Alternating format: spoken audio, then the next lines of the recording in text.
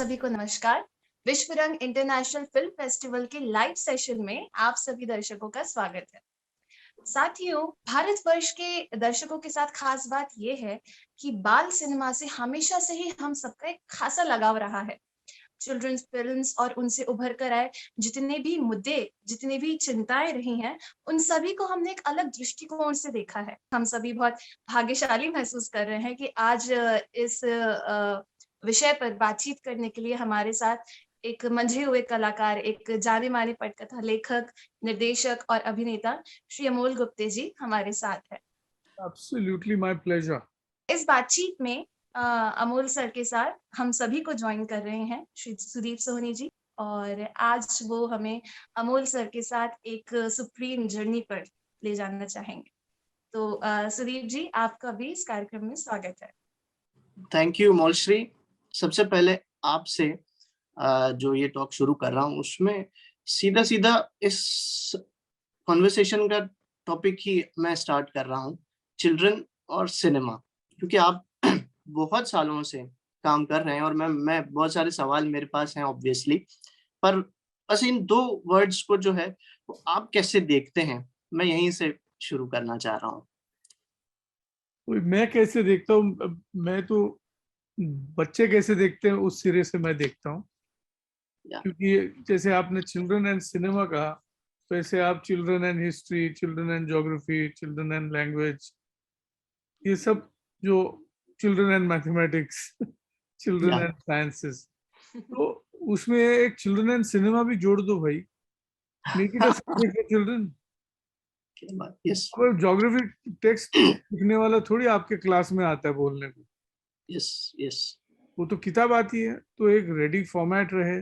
Cinema अगर आप share करेंगे, अच्छा सिनेमा, उम्दा सिनेमा बच्चों के साथ, देश के बच्चों के साथ, तो ये जो शांति निकेतन वो असल में शांतिवन हो जाएगा। It will be a beautiful place, it will be a garden of learned children, of cultured children. तो अगर आप उनको कल्चर देंगे नहीं, सीखने का मौका नहीं देंगे। अब मैं मेरी बात करूं तो मैं इतना सा बच्चा था, 5-6 साल का, तो पिताजी की उंगली पकड़ के नाटक देखता था, क्योंकि हम तो महाराष्ट्र के हैं, मुंबई के हैं, तो यहाँ कल्चर सीन बहुत स्ट्रॉन्ग था पुणे मुंबई में।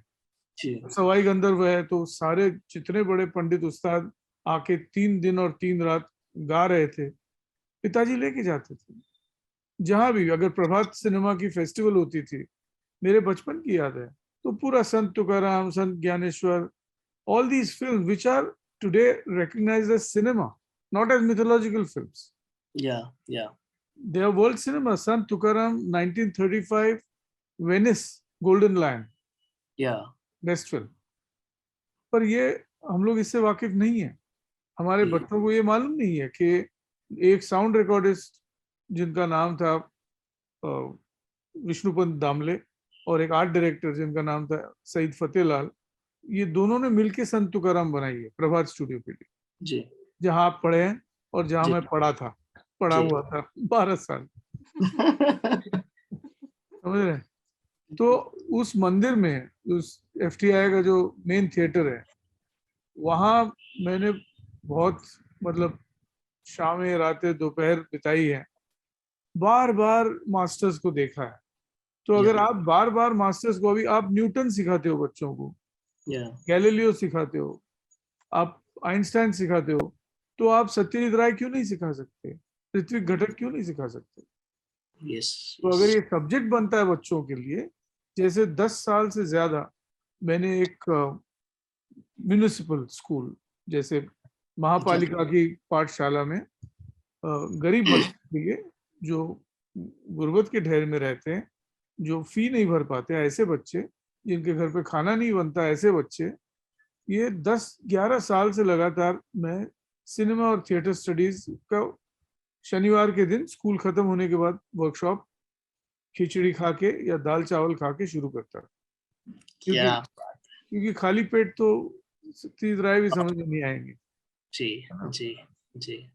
हुआ ये कि उन बच्चों को जो अच्छे सिनेमा की लत लग गई, उनमें से कितने सारे बच्चे एक्चुअली आर्टिस्टिक बन गए। मेरे को 2 असिस्ट करते हैं, 2 बच्चे, उनमें से एक बच्चा विस्लिंग वुड्स में सुभाष घई ने उनको फ्री स्कॉलरशिप दी, आशीष गायकवाड़, जो एज अ फिल्म मेकर बाहर निकला है। तो ये कौन सी बड़ी बात है, जैसे हम लोग मैथ्स करते हैं या साइंसेस करते हैं तो डॉक्टर बनते हैं, इंजीनियर बनते हैं, तो फिल्म एज अ स्टडी हम लोग बच्चों में फैलाएंगे तो खामखा यूए फिल्म में जाके आइटम नंबर नहीं देखेंगे। बिल्कुल बिल्कुल। वो तो खुद तो चल के जाते नहीं, माँ बाप लेके जाते हैं, बोले ठीक है मेरे बच्चे से ज्यादा एंटरटेनमेंट मुझे चाहिए। साथ में बेटे को भी लेके जाओ, बेटी को भी लेके जाओ, गंदे गंदे गाने दिखाओ, तो ये असर क्या होने वाला है फिर बच्चों को? जी जी जी। तो मैं कह रहा हूँ कि सबको सब खून माफ है, लेकिन बच्चों का के दिमाग का कत्ल नहीं करा है। मेरे ख्याल से उनको एनरिच करना चाहिए बच्चों को, सब्जेक्ट्स को डायरेक्टली थ्रू स्कूल मीडियम लाना चाहिए। और ऐसे कौन सा पेन ड्राइव है जो तुम नहीं दिखा सकते बच्चों को? Yes yes yes. World cinema दिखाओ। सिर्फ सुपर हीरो फिल्म्स देखने से और अमेरिकन स्टूडियोज को मोटा ताजा करने से बात नहीं बनेगी। बिल्कुल बिल्कुल बिल्कुल बिल्कुल। सर आपके, मैं थोड़ा सा पीछे आपको ले जाना चाह रहा हूँ। जैसे आपने कहा कि आपने अपने बचपन की बातों का जिक्र किया, and you spoke about FTII, where you saw several masters and their films. तो एक मैं थोड़ा सा आपकी जर्नी पर जाना चाहता हूँ कि जब वहाँ पर हम पढ़ रहे होते हैं या हम आर्ट्स में या इस तरह के माहौल के आसपास रहते हैं, we are so engraved to ourselves कि हम अपनी चीजों को, अपनी बातों को कहना चाहते हैं, the experiences which we are having, या through living or through watching or through reading. तो ये बच्चों के साथ कनेक्ट आपके साथ कैसे हुआ कि I have to speak children cinema, या उनके लिए बात, या उनके लिए कहानी, या उनके लिए वर्कशॉप्स, जैसा आपने सारी शेयरिंग भी किया कि ऑन फ्राइडेज और सैटरडेज जो है वो आप वर्कशॉप्स करते थे? मैं तो ये कहूंगा कि सातों घाट का पानी पी के दुनिया को देख के इसके बाद एक मूल्यांकन करता है इंसान कि वैल्यू क्या है। मुझे सबसे ज्यादा वैल्यू मिली बच्चों में, तो मैंने उनको अपना गुरु मान लिया है। तो children with differences, children with disability, children with financial problems, children को क्या प्रॉब्लम नहीं होते क्या? क्या उनको वोटिंग राइट्स नहीं इसीलिए प्रॉब्लम नहीं होते क्या? जी जी। तो वोट करने वाले को लॉबी बन सकती है, कोई कैनवस कर सकता है उनके लिए। अभी जिनका वोटिंग राइट ही नहीं है अंडर 18 का, तो उसके लिए कौन खाक छानेगा? जी जी है ना? जी जी। तो मेरे हिसाब से मैंने फिर तय कर लिया था कुछ सालों पहले कि यार यहाँ तो कोई है ही नहीं खड़ा इनके साथ, इनके लिए, यू नो। तो मेरे को अभी आदत पड़ गई कि बच्चे की हाइट से नीचे रहना, ताकि उनको ऊपर की तरफ देखूं, उनकी तरफ मेरी नजर जो है ऊपर रहे, नीचे नहीं, क्योंकि नीचे और ऊपर में बहुत बड़ा अंतर है। जी जी। प्राउड वर्ग ये कभी नहीं समझ पाया है, वो हमेशा नीचे देख के बच्चों से बात करते हैं, और उनको मालूम नहीं कि वो खुद बच्चे थे, उनको याद नहीं है कि जब बच्चे थे तो कितने तल्लक थे उनके दिमाग, कितने ताजा थे वो, और कितने ऑनेस्ट थे। जी जी। मतलब सभ्यता कहाँ से खड़ी होती है? ऑनेस्टी से खड़ी होती है। जी जी। तो ये ऑनेस्टी अगर मुझे कहीं मिलती है तो वो बच्चों में मिलती है। मुझे किसी से झगड़ा नहीं करना पड़ता, गंदी बातें नहीं होती, चिड़चिड़ापन कम हो जाता है उनके साथ बैठने से। जी जी जी। फ्रस्ट्रेशन कम हो जाता है, सिनिसिज्म कम हो जाता है। तो मुझे अपना जो है, क्या बोलते हैं, द लास्ट बीच मुझे मिल गया। वो गढ़ जो है, जो बच्चों का गढ़ है, जहाँ मैं सबसे सुरक्षित हूँ और सबसे खुश हूँ, ऐसी जगह मैं छोड़ने के लिए पागल थोड़ी हूँ।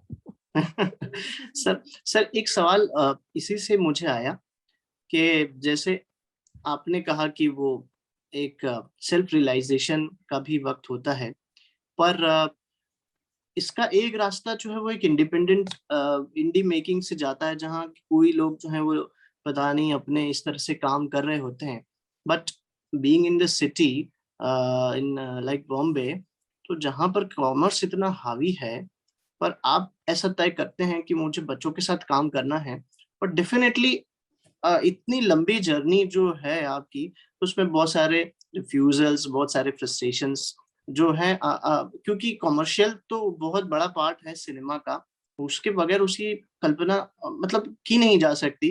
वो हो सकता है पर की नहीं जा सकती। पर जैसे कि मैंने देखा या आपके बहुत सारे इंटरव्यूज भी सुने, स्टैनली का डब्बा है या कुछ इस तरह की फिल्में, वो बहुत ही मिनिमम रिसोर्सेस पर किया है, या वो शायद वर्कशॉप के थ्रू वो बना है कि आपने कभी थोड़ा सा रिसोर्स रहा, हमने काम किया फिर नहीं किया।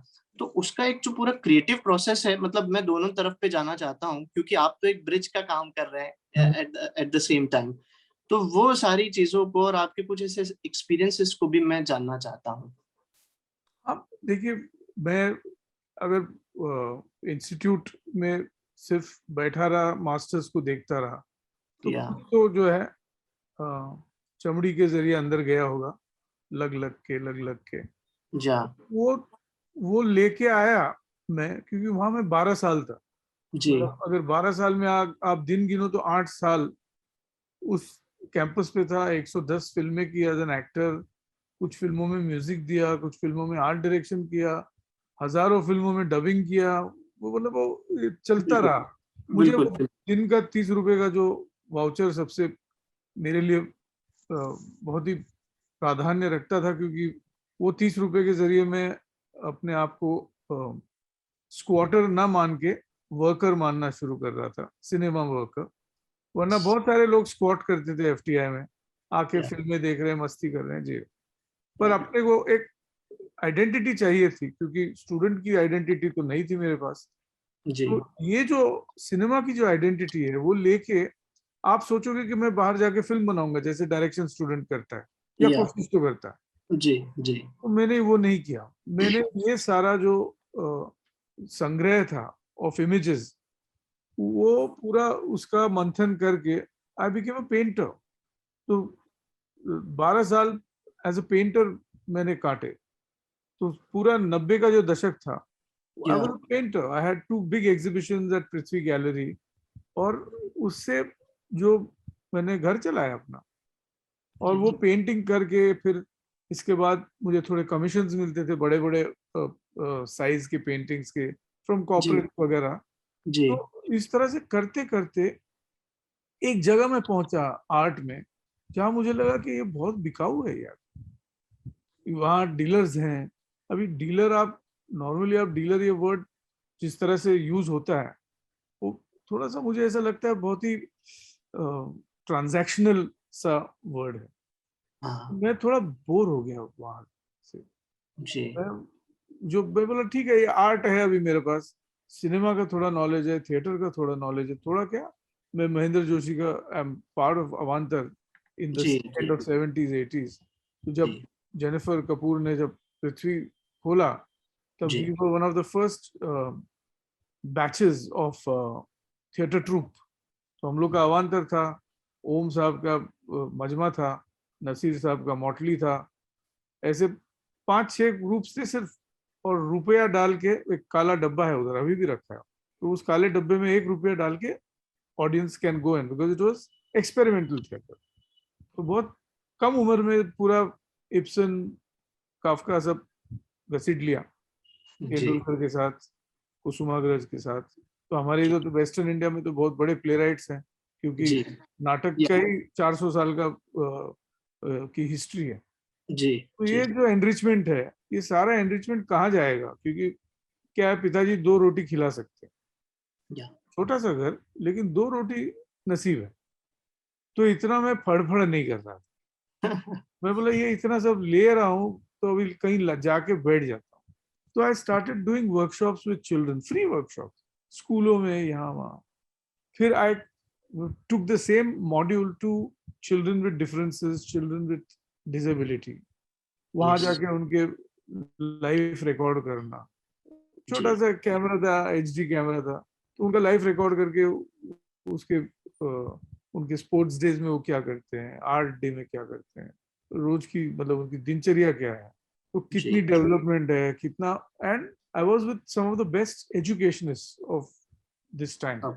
जी जी खासकर मेधा लोटलीकर, जो बोलती है कि टीचरों का काम एक ही होता है। और ये गौर से सुनिए, टीचर जो भी है वो ये ना समझे कि वो भगवान है, क्योंकि टीचर का काम होता है टीचिंग करना, पढ़ाना। शिक्षक पढ़ाता है, जज जजमेंट करता है। जजमेंट कोर्ट में होता है, क्लासरूम में नहीं होता। तो टीचर को किसी भी सिरे से ये सोचना नहीं चाहिए अरे ये बच्चा स्लो है, इसको ये प्रॉब्लम है, अरे भाई वो आप जजिंग मत कीजिए। आप पढ़ाइए, आप सिखाइए, अपनी पेस पे बच्चा एब्सॉर्ब करेगा। तो जिस दिन ये सच हर टीचर को समझ में आएगा, भारत का हर टीचर रविंद्रनाथ टैगोर बन जाएगा। मतलब हर गली में शांति निकेतन। पर हम लोग जो है पूरा जितना इंपोर्ट कर चुके, नई मैनेजमेंट टेक्निक्स और नई नई मतलब नए नए ढकोसले, और इतने महंगे हो गए हैं कि क्लब बन गए। तो एजुकेशन तो सिनेमा क्या कह रहा हूँ मैं, एजुकेशन ही क्लब बन गया।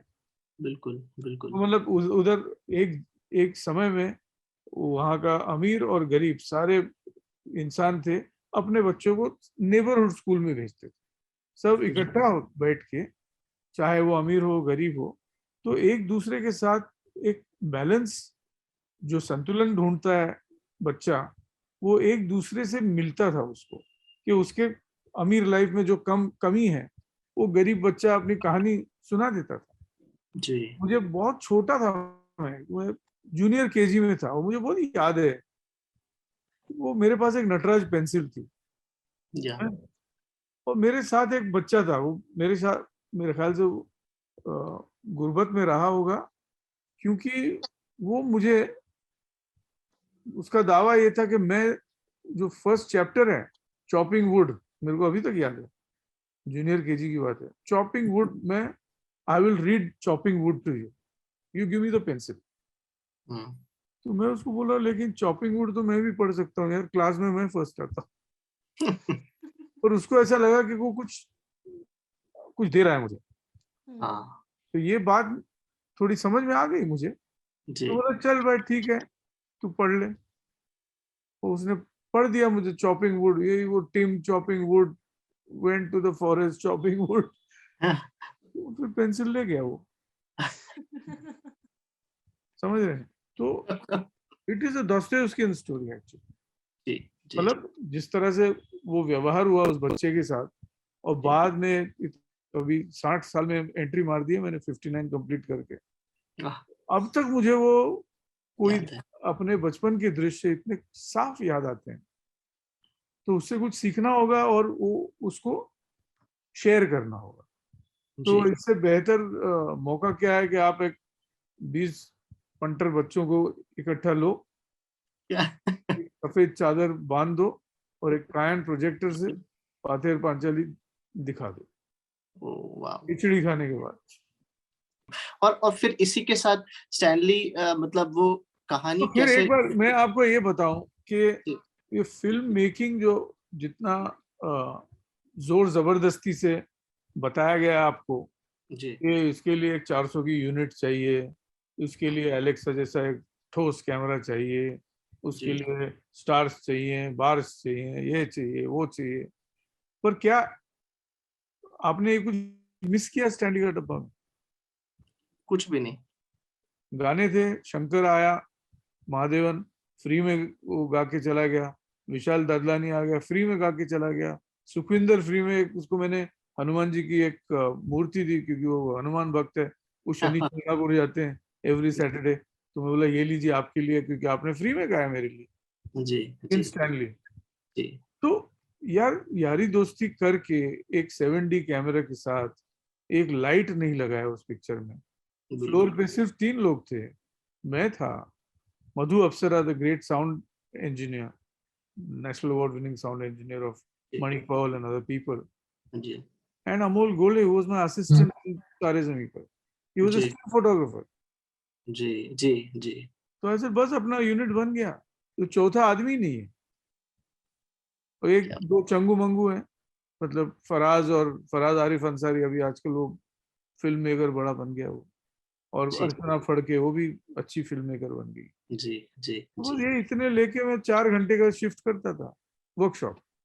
हम्म हम्म हम्म, तो अब आपको कोई रोक नहीं सकता। मुझे मालूम था कि तारे जमीन पर के बाद मुझे रोका जाएगा पिक्चर बनाने से, मुझे जी वो अलाउड नहीं है बनाना, क्योंकि फिर जो क्लेम्स है बिल्कुल। कि इसको आता नहीं है, फिर वो जी अ, जी जी साबित उल्टे हो जाएंगे। जी तो जी मैंने गुरेला फिल्म मेकिंग किया, मुझे कोई रोक नहीं सकता। मुझे जी फिल्म बनाना है तो मुझे कोई रोक नहीं सकता। बिल्कुल और बिल्कुल। अभी तो मेरे पास एक 4K फोन वाला कैमरा है। जी मैं अगली 2 फिल्म में 4K आईफोन पे बना रहा हूँ। मेरे को बिल्कुल साउंड रिकॉर्डर्स भी नहीं चाहिए, मेरे को कैमरामैन भी नहीं चाहिए। बिल्कुल बिल्कुल मेरे बिल्कुल। को मेरे को एहसास चाहिए। आई वांट द एहसास। इफ जी आई कैन कैप्चर दैट एहसास, तो बॉयहुड बन सकता है।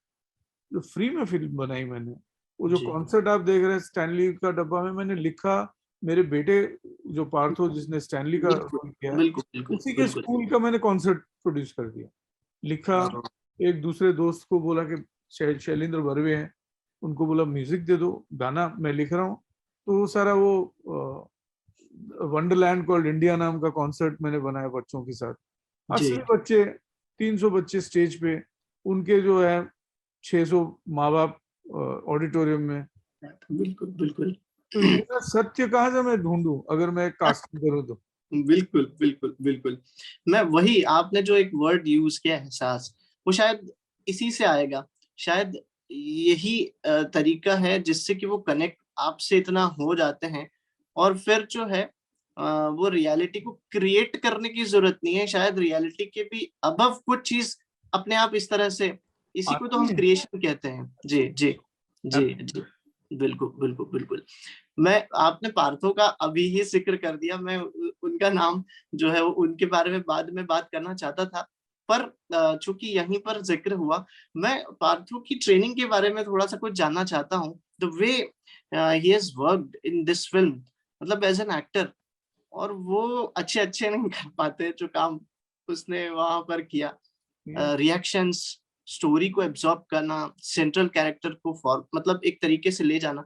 मैं थोड़ा सा उस ट्रेनिंग पे जो आपने शेयर किया, क्योंकि आज के टाइम पर बहुत सारे माँ बाप जो है वो अपने बच्चों को अलग अलग क्लासेस में भेजते हैं, ट्रेनिंग के लिए भेजते हैं, और उनका ड्रीम भी उनके साथ एक तरह से चलता है कि मैं अपने बच्चे को ये बनाना चाहता हूँ, या इसे इस तरह से ट्रेन करना चाहिए। तो एक बिल्कुल वो, आप अपना एक एक्सपीरियंस थोड़ा सा इस तरह से शेयर कीजिए। यस यस, बिल्कुल बिल्कुल। अब देखिए, जो जिस दिन वो पैदा हुआ 2001 में, 10 दिन में तो धरती कांपने लगी। जी द जी ट्रूथ इज दैट वो कुछ एक समझौता करके आया था ऊपर से वो, जी जब आया था कि मैं एक इंडिविजुअल हूँ, इंसान। तो वो 2.5 की उम्र में बेसेंट मॉन्टेसरी नाम की जो स्कूल है, जो जी जिसमें दीवारें नहीं है और गेट्स नहीं है, और बहुत ही इंक्लूसिव किस्म की जगह है, ऐसी स्कूल मैंने अपनी जिंदगी में देखी नहीं। मैं बहुत घूमा हूँ जी एकेडमिक सेक्टर में, लेकिन बेसेंट मॉन्टेसरी जैसा स्कूल मैंने देखा नहीं। उसका प्रभाव पार्थो पे बहुत ज्यादा था।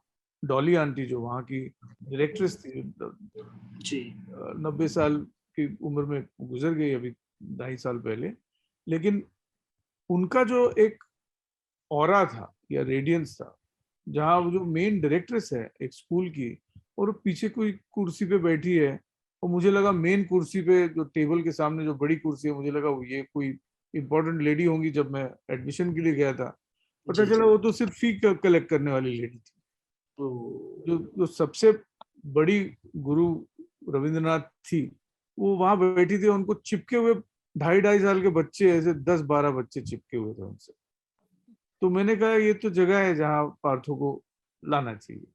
जिस दिन वो आया स्कूल में, मुझे ऐसा लगा, क्योंकि 2.5 साल का था जी जिस दिन से वो पैदा हुआ, और 2.5 साल जब स्कूल पहली मर्तबा गया, ये 2.5 साल में दीपा भाटिया जो मेरी अर्धांगिनी बेटर हाफ है, 25 जी साल हो गए जी हमारी शादी को आज, जी मतलब अभी जी 4 दिन में। we'll complete 25 years of wedded life. Yeah. We had decided कि हम लोग काम नहीं करेंगे, या काम जो है घर में कंप्यूटर से जो होगा वो, तो कदम बाहर रखने वाला सबसे पहला अपना बच्चा होगा, हम लोग घर में रहेंगे उसके साथ, ताकि उसे ऐसा कभी फील ना हो कि यार कहीं कोई छोड़ के जा रहा है उसको। ये एक इमोशनल बॉन्ड वैल्यू जो है, ये अगर हर माता पिता समझें, और अभी तो क्या कोविड के टाइम पे तो अच्छा ऑनलाइन काम भी मिल रहा है लोगों को, बाहर जाने की जरूरत नहीं है, तो वो जो समय है वो क्वालिटी समय अपने बच्चों के साथ व्यतीत करेंगे तो बात समझ में आ जाएगी बच्चे की आपको। एक वो पहली बात। दूसरी बात, वो स्कूल जाने से पहले उसने फिल्म देख ली, मतलब उसका फर्स्ट थिएटर स्क्रीनिंग जो है स्कूल से कई पहले, 6 महीने पहले उसने सिनेमा देखा, चिल्ड्रंस फिल्म। एक बार स्कूल गया तो मुझे लगा अभी मैं क्या करूंगा, क्योंकि मेरे को तो आदत पड़ गई उसकी, 4 घंटे का स्कूल है सिर्फ, इसलिए वो 4 घंटे में बार बार बोलता हूँ क्योंकि मैंने वो बेसेंट मॉडल अपनाया जी। From nursery to 4th standard सिर्फ 9 से 1 जी, Monday to Friday, Saturday Sunday छुट्टी जी। और उन लोग अपना करिकुलम दूसरे स्कूलों से आधे टाइम में खत्म करते हैं। पूछो क्यों? क्योंकि क्लास में सिर्फ 12-15 बच्चे होते हैं और उनके मुकाबले उनके रेशियो में टीचर्स 5 और 6 होते हैं। तो इतना इंटीमेसी, और उस इंक्लूसिव स्कूल में कोई डाउन सिंड्रोम बच्चा है, कोई ऑटिस्टिक बच्चा है, कोई स्पेक्ट्रम वाला बच्चा है, कोई पॉलिसी वाला बच्चा है, पर कोई किसी को ये नहीं बोलता कि ये स्पेशल चाइल्ड है। एवरी चाइल्ड इज स्पेशल, इसीलिए तारे ज़मीं पर एवरी चाइल्ड इज स्पेशल। तो अगर आपको रीडिंग और राइटिंग का डिसलेक्सिया है तो किसी को फुटबॉल का हो सकता है भाई। जी जी जी। तो आप क्यों जजिंग कर रहे हो? जज को करने दो अपना काम कोर्ट में, आप टीचिंग करो, जजिंग मत करो। बिल्कुल। आधा काम जो है सफा हो जाता है क्योंकि ये जजिंग शुरू हो जाता है टीचिंग के बदले के बजाय जी। ये अगर हो जाए तो पार्थो जैसा बच्चा पनपेगा। और साथ में वो वर्कशॉप में 3-4 साल की उम्र से साथ में चल रहा है, म्यूनिसिपल स्कूल्स में पूरा माजिदी देख लिया, पूरा कियारोस्तामी देख लिया, where is my friend's home देख लिया, सब देख लिया जी। बहुत छोटी उम्र में। He was a Q master. आप पूछेंगे उसको फिर तारे ज़मीं पर पे कास्ट क्यों नहीं किया? क्योंकि वो छोटा था। उस उम्र में रीडिंग और राइटिंग का उसकी उम्र नहीं थी। चल चल सड़कों पे होगी लैंड,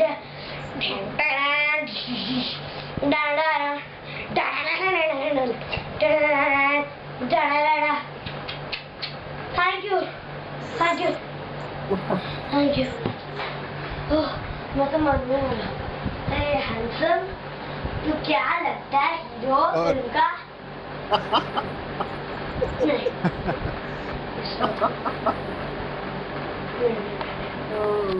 बात तो मैं तो हीरो लगता हूँ, हीरो हीरो। एक बहुत ही इम्पोर्टेंट आप बात पार्थो के बहाने मतलब हमने शुरू की, और यहाँ पर एक जगह पर आ गए, ये जो रियलिटी शोज या ये सारी चीजें जिसमें कि बच्चा तो ठीक है, वो तो एक्सप्लोर कर रहा है, नहीं कर रहा है वो बाद की बात है, बट जो कि पेरेंट्स का एक प्रेशर या पेरेंट्स की एक एम्बिशंस जो बाहर आ रही हैं, तो उसको, और अब तो इतना सीन है, और सीन्स आपने जैसे शेयर किया कि आफ्टर स्टैनली पार्थो को बहुत सारे ऑफर्स और ये सारी चीजें आती गई, या बाकी सारे बच्चे जो लगातार फिल्म्स कर रहे हैं या सिनेमा कर रहे हैं, और अब तो इतना अपॉर्चुनिटीज आ गई हैं। yes. तो इस बैलेंस कैसे हो ये सारे एम्बिशंस की और कनेक्शन बैलेंस है, पेरेंट्स? या बैलेंस है, because see I was chairperson of children's film society India. या जो रूल्स मैं फॉलो कर रहा था बच्चों के साथ, I thought that every film maker signs up for it जी।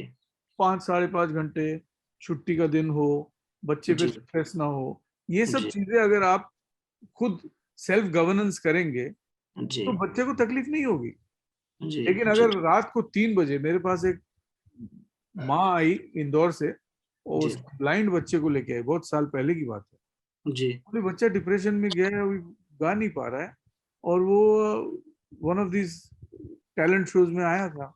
उसका जो उसकी बारी जो आई रात को 2 बजे आई, स्टूडियो एयर कंडीशन नहीं था, मतलब डस्ट फ्री नहीं था, जी वो बच्चा अपने आइकॉन के सामने गा नहीं पाया, जो भी गुरु थे, नाम नहीं लूंगा, जी तो गा नहीं पाया, तो इतना डिप्रेस हो गया क्योंकि हार गया वो जी हार गया, तो उसकी माँ रो रही होगी, तो कैमरा उसकी माँ के आंसू की तरफ गया होगा, हाँ तो भाई टीवी वाले को तो मिल गया अपना माल जी जी बेचने के लिए, तो जी बच्चे का क्या होगा? उसको जी किसने काउंसिल नहीं किया, कुछ नहीं किया, वो बच्चा, उसको तो उसकी दाढ़ बैठ गई, बात ही नहीं करे, गाना तो दूर की बात। तो मैं बैठ के उससे बात कर रहा था घंटा 1.5 घंटा, मैं बोला यार मेरे भाई तू बात को समझ, भीमसेन जोशी की माँ ने उनको टैलेंट शो में नहीं डाला था 8 की उम्र में, जी जी जी वो तब पंडित बने जब करोड़ों घंटों का रियाज करके और सेमिनार्स करके और बैठकें करके, और जैसे बड़े बड़े नाम आप देख रहे हो, भीमसेन जोशी हैं या कुमार जी हैं गंधर्व, या बिस्मिल्लाह खान साहब है, रविशंकर है, इतने बड़े बड़े लोग, जी जी जी ये क्या एक रात में एक रियलिटी शो के सीजन में आए थे क्या? जी जी जी तो मैं ये नहीं कह रहा हूँ कि आपको आपके बच्चे का हुनर दुनिया को दिखाना नहीं चाहिए, जी जी वो ज्यादती होगी, जी जी लेकिन आप समझो, नापो, तोलो जी कि कितना बच्चे को उतारना है, जी क्योंकि ये अखाड़ा नहीं है, जी ये एक कला का क्षेत्र है। तो आप उसको अखाड़ा मान के चल रहे हो तो बच्चे की तो हड्डी टूटने वाली है। बिल्कुल बिल्कुल बिल्कुल तब कौन बचाएगा आपके बच्चे को? बिल्कुल बिल्कुल तो ये थेरेपी या ये काउंसलिंग बच्चों के साथ होता ही नहीं है। मुझे एक मौका मिला था 2009 में, जी इसका मतलब वो हो गए 12-13 साल। जी वो आईसीएससी जो बोल। एजुकेशन बोर्ड है, जी उन्होंने मुझे कोची बुलाया फॉर डूइंग एक कोई मास्टर क्लास लेक्चर टाइप। जी 2000 स्कूल प्रिंसिपल्स आए थे इकट्ठा। तो दो चीजें मैंने की, वो दोनों का मैं प्रदर्शन आपको देता हूँ। तो सबसे पहले तो जब माइक लिया मैंने, 2000 से कम होंगे थोड़े, क्योंकि कुछ बाहर खाना खा रहे होंगे या मौज मना रहे होंगे, क्योंकि वो बच्चे तो नहीं है जो जी उनको आप फोर्स कर सकते हो वो तो प्रिंसिपल है भाई। तो प्रिंसिपल लोग जो है बैठे थे, मैंने माइक पकड़ा, मैंने बोला कि एक प्रार्थना करूंगा मैं अभी, तो आपको मेरे पीछे रिपीट करना है। जी अभी रेडी? तो बहुत सीरियसली सब उठ गए, सबने अपने अपने तरह से अपने हाथ जोड़ लिए, किसी ने ऐसे, किसी ने ऐसे, किसी ने ऐसे। फिर मैंने कहा आर यू रेडी, मैं कर दूं प्रार्थना? बोला हाँ। तो सबके साथ सबको देखा मैंने, इतना बड़ा ऑडिटोरियम कोची में, जी और मैंने कहा ओके।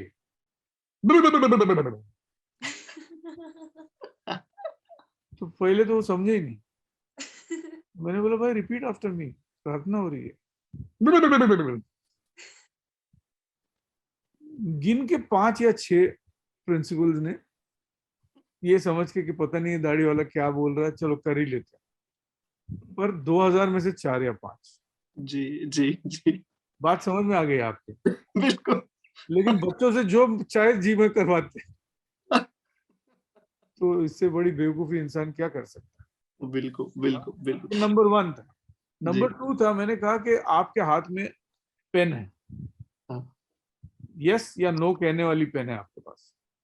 जी आप 2000 स्कूल आप रन कर रहे हो, क्योंकि 2000 का आपका नंबर है इधर, देख है या अटेंडेंस अटेंडेंस। हम्म तो आपके पास बगैर आपसे परमिशन लिए, प्रिंसिपल से परमिशन लिए, बच्चा उड़नछू नहीं हो सकता कोई टीवी शो में एक्टिंग करने की। जी चाहे आप कुछ भी करो, लेकिन हम्म स्कूल की परमिशन ना हो तो आप you can't step out of school.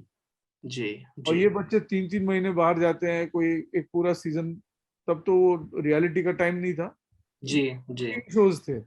जी मतलब भैया ये आपके हाथ में है, ये हाँ या ना कहना, आप जी ना कह दीजिए ना। बिल्कुल बिल्कुल आपको ये समझ में आना चाहिए as a principal of an institution कि 3 महीना जब बच्चा गायब हो जाता है फ्रॉम द सिस्टम, जी तो वो कहाँ जाता है? वो जाता है सीधा एक वैनिटी वैन में जाता है। हम्म, उधर हाँ असिस्टेंट उसको जो है पूरे स्पॉइल कर रहे हैं। कोई चॉकलेट दे रहा है, कोई जंक फूड दे रहा है, बर्गर्स दे रहा है, पिज्जा दे रहा है, खुश रख रहा है बच्चे को। जी जी तो बच्चे को इतनी आदत हो जाती है कि भाई ये तो अच्छा है यार, स्कूल से तो अच्छा है, बहुत ज्यादा मांगता है। तभी थोड़ा सा रोल हो तो कोई दीदी आएगी, कोई भैया आएगा, कोई देगा, एक चॉकलेट चाहिए, वो चाहिए, 5 स्टार चाहिए, ये चाहिए, दुनिया भर का मिलेगा। जी अब 3 महीने ये सब व्यतीत करने के बाद जब बच्चा स्कूल में वापस जाता है, जी और शायद खुदा ना खास्ता उसका अगर शो टीवी पे हो, तो जो क्लास जो वर्ग है उसके बच्चे पूरे जानवर बन जाते हैं। जी अच्छा, वो शो में, अच्छा। फिर उसकी रैगिंग शुरू होती है क्लास में। हम्म। वो डिप्रेस हो जाता है, क्योंकि किसी बच्चे को ये अच्छा नहीं लगता कि वो दूसरा बच्चा बड़ा टीवी में शाइनिंग, एक दो होंगे चेले चपाटे, बिल्कुल बिल्कुल बट बिल्कुल बाकी मोस्टली मेजोरिटी बच्चों की, अगर मैं बच्चों को समझता हूँ तो वो ये अच्छा नहीं लगता उनको। क्या जी वो शाइनिंग कर रहा है तू बाहर, हाँ? इधर तो स्कूल में तो चुपचाप चल पढ़, 3 महीने का कहाँ है तेरे पास होमवर्क, बिल्कुल बिल्कुल वगैरह बिल्कुल वगैरह। जी जी फिर आपका सीजन भी खत्म हो गया। तो जो जितना आपको इवन नेगेटिव वो मिल रहा था अटेंशन, वो भी बंद हो जाता है, जी क्योंकि नया सीजन चालू हो गया, नया बच्चा आ गया, नया नए लोग आ गए। बिल्कुल तो बिल्कुल वो बिल्कुल बच्चा इतना उसकी इंडिविजुअलिज्म पे वार हो जाता है कि हम्म। वो दुनिया के सामने खड़ा रहने के काबिल नहीं रहता। सही बात है बात को समझिए। बिल्कुल बिल्कुल मैं कोई बिल्कुल सेक्रेटरी का, मैंने कोई एमडी नहीं किया ना कुछ किया, मैं तो सिर्फ बच्चों को देखता हूँ। जी जी तो अगर आपको इतना एक बेसिक नेचर अगर बच्चे का समझ में नहीं आता, तो आप क्या उसके कंधे पे अपना एम्बिशन थोप के लेके जा रहे हो उसको बिल्कुल बिल्कुल सोसाइटी में दिखाने के लिए। बिल्कुल हाँ बिल्कुल देखो उनका हाथ है, उनका बेटा आ गया, आ गया आ गया। बिल्कुल बिल्कुल तो ये बिल्कुल प्रिंसिपल्स को मैंने बोला आप बंद कर दो साइन करना, बिल्कुल ऑटोमेटिकली बच्चों पे जुल्म होना कम हो जाएगा। बिल्कुल आप अगर, तो क्या बच्चा, अगर आप साइन ना करेंगे तो क्या माँ बाप बच्चे को स्कूल से निकालेंगे क्या? सही उतनी हिम्मत नहीं है माँ बाप। बिल्कुल क्या बिल्कुल नहीं, एक शो के लिए हम लोग स्कूल से बच्चे को निकाल देते सर आप इतनी सारी बातें जब हो रही है तो ऑफ कोर्स बहुत सारे दिमाग में डायरेक्शंस मतलब जा रही हैं, पर चूंकि हमारे पास थोड़ा सा टाइम का भी एक कंसर्न हैं। I know I know concern I है। No I know. मैं बस एक सवाल मतलब जानना चाहूंगा, क्योंकि बच्चों को लेकर तो हमने इतनी सारी बातें की, और जैसे मैं आपसे कह रहा था कि you are acting like a bridge between children and the teachers and parents. तो तारे जमीन पर के बगैर तो आपसे मतलब आपको बात किए बगैर हम जब वो छोड़ भी नहीं सकते, जी क्योंकि वो जो चीज है वो आप एक अपने टीचर के लिए एक ट्रिब्यूट जो आप सोच रहे थे, उनकी इतनी सारी हमने कहानियां सुनी हैं, वो इतनी आइकॉनिक ऐसे कल्ट फिल्म हो गई है। तो वो जो है आप अपने एडल्टहुड में जब थोड़ा-सा आप समझदार हो जाते हैं, जब जैसे कि आपने पार्थो का ज़िक्र किया, एक बच्चा आने के बाद आप जिस तरह से सारी चीज़ों को समझ रहे हैं, तो थोड़ा-सा उस चीज़ को भी हम चाहेंगे कि आप शेयर कीजिए। जैसे निकुम सर के बारे में हमने बहुत सारी कहानियाँ सुनी और आपने बताया कि वो आपके जी, टीचर रहे हैं। एब्सोल्युटली। तो वो पूरा एक प्रोसेस, और वो क्यों मतलब आप वो कहानी क्यों आपको कहना ज़रूरी लगा था? नो एब्सोल्युटली, या क्योंकि मैंने आपको बताया कि from being Kundan Shah's and Saeed Mirza's and Ketan Mehta's assistant, या I was associate director on Mirch Masala, जी, and I was जी, one of the main actors in Holi and Ketan's assistant. So 2 जी, films I assisted Ketan. जी, Kundan Shah I sat with and I was on a script of Kabhi Haan Kabhi Na, Laveria, जी, uh, and couple of other projects जो three sister बाद में जो बनी थी। या एंड सईद मिर्जा के साथ तो I was on campus in artist in residence in 1989, तो 1 महीना बिताया था मैंने उधर जी, जी, प्रोजेक्ट में। जी, सो ये मेरा टर्फ है, ये मेरा ग्राउंड है, एफटीआई एंड आर्टिस्टिक सिनेमा। मतलब जी, for me Tarkovsky is God, ji, so ji, when I understand this side, I could not have gone to Bombay as an actor और अपना कोई फोटो वोटो लेके कि भाई मैं एक्टर बनना चाहता हूँ, ये मेरा फोटो सेट है। जी, वो जी, मेरे लिए तो मतलब वो गाली के बराबर था, तो ऐसे ये नहीं करूँगा। तो पेंटिंग करना शुरू किया। पेंटिंग क्यों कर रहा था? क्योंकि स्कूल में निकुंम सर थे। 10th स्टैंडर्ड की परीक्षा देकर जब मैं when I came back with a distinction and I went to touch the feet of, एक त्रिमूर्ति है, निकुंम सर जो art teacher and later principal थे, नामवर सर जो मेरे हिंदी के शिक्षक, जो एंड परमार सर मेरे अंग्रेजी के शिक्षक, जो साथ में ब्रेड एंड बिस्किट मेकिंग सिखाते थे। तो मतलब ये एक अलग ही माहौल था उस time Hansraj Morarji public school में। तो वो भी एक शांति निकेतन था, क्योंकि निकुंम सर की आवाज बहुत गिनी जाती थी टीचरों में। तो वो अगर कह रहे हैं कि नहीं बच्चों को बढ़ावा दो, उनको अपने आप को डिस्कवर करने दो, तो हमने तो वो किया हमने एज चिल्ड्रन। तो नेचुरली जब 10वीं पार कर गया डिस्टिंक्शन के साथ, सर के पास गया मैं, बोला सर अभी मैं जाऊं जे स्कूल ऑफ आर्ट? तो उन्होंने कहा बेवकूफ हो क्या, बोले 3 साल में तो तुम्हारा ट्रेनिंग तो हो गया, स्कूल ऑफ आर्ट है ना, तो ये अपना HMPS स्कूल ऑफ आर्ट है। तो whether it is batik, whittling, acrylic, oils, frescoes, आप तो सब कर चुके हैं, तो उधर जाके क्या आप करोगे? तो कोई नया सब्जेक्ट सीखो ना। That's why I went to Narsingh Mohan ji Mahavidyalaya. तो वो तो CA बनने गया था और महेंद्र जोशी मिल गए, तो थिएटर करना शुरू किया इन अ बिग वे। तो ये सारी चीजें कहाँ ले जाऊं? तो बच्चों के साथ जब बैठना एंड शेयर करना शुरू किया, तब मुझे उनके प्रॉब्लम्स महसूस हुए। लर्निंग प्रॉब्लम्स ऑफ, मतलब मैं तो वर्कशॉप करता था, मेरे बच्चे तो मस्त थे। अभी वही बैच है, वो ग्रुप है, सपोज महाराष्ट्र डिसलेक्सिया एसोसिएशन का एक बच्चों का समर बैच है, उनके साथ मैं वर्कशॉप कर रहा हूँ। मेरे बाद में कोई दूसरे ऐसे फिजियोथेरेपी वगैरह इस तरह से चल रहा होगा। तो जिस तरह से वो फिजियोथेरेपिस्ट सिखा रहा है, and your hand up and take it down and your left side, तो वो तो मैं भी करूंगा तो ऐसे लगेगा कि आई हैव अ डिसेबिलिटी। और वही बच्चा अपने वर्कशॉप में बैठता है, हम लोग 25 बच्चे हैं साथ में, बोला चलो हम लोग एक अपना अपना नाम चेंज करेंगे, मैं आलू, तू सिर्फ तू अभी टमाटर मत बोल, अभी तू कुछ भी बटरफ्लाई बोल सकता है, कुछ और बोल, जो अपना अपना नाम रखो। तो 25 नाम ऐसे एक लाइन सर्कल में होते थे।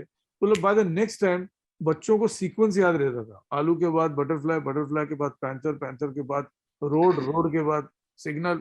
ये ऐसे इंटेलिजिबल और इंटेलिजेंट चिल्ड्रन को अगर तुम लेबल लगा के बोलते हो लर्निंग डिसेबल्ड है, तो आप पाप कर रहे हो। तो इस पाप को सुधारने के लिए तारे ज़मीं पर, वो तारे ज़मीं पर की रीढ़ की हड्डी निकुंम सर, नामवर सर और परमार सर। हर शिक्षक दिन, हर गुरु पूर्णिमा को परमार सर और नामवर सर हयात में है, दोनों को डीप अल्जाइमर्स है अभी, पर मैं जाके उनके चरण छूता हूँ और तिवारी ब्रदर्स के मोतीचूर के लड्डू लेके जाता हूँ दोनों के। ये मेरा रूटीन रहा है for so many years now. Thank you so much sir. No thank you thank you sir. Amol sir, Sudeep sir, thank you so much for joining. इतना अच्छा एनरिचिंग हमारे साथ एक सेशन रहा, हम सालों साल से याद करेंगे। और मैं अंत में शुक्रिया करना चाहूंगी विश्व रंग इंटरनेशनल फिल्म फेस्टिवल का, रविन्द्रनाथ टैगोर यूनिवर्सिटी भोपाल का, टैगोर सेंटर ऑफ आर्ट्स का, कि इन सबकी सहायता से हमें कितने अच्छे एनरिचिंग सेशन को हम देख पाए, अनुभव कर पाए।